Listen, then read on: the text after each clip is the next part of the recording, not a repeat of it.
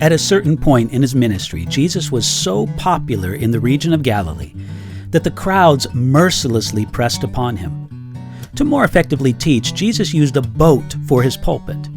The crowd gathered on the shore, and Jesus sat in a boat and taught them, just a few yards offshore.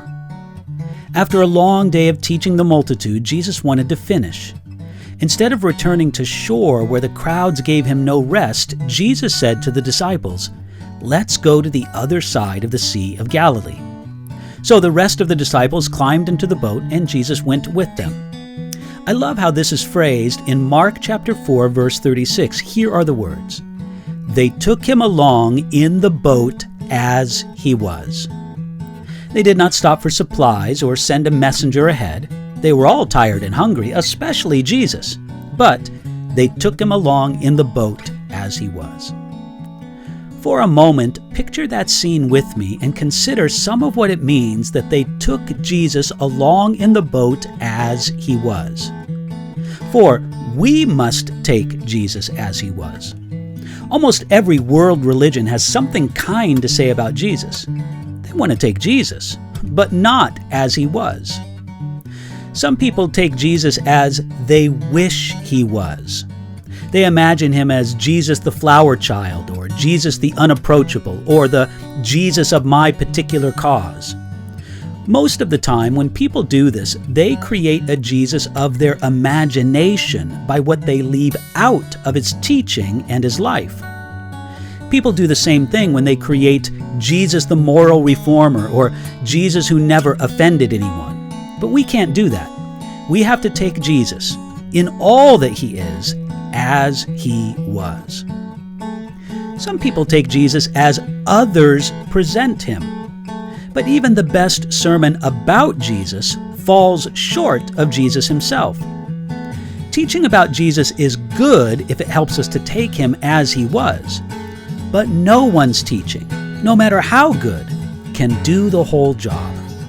This is why we have to come to the Word of God and Jesus the Word, again and again, asking God to help us to take Jesus as he was. Some people take Jesus as they see him in the lives of others. Every Christian has the responsibility to reflect Jesus in their life, but no one does it perfectly.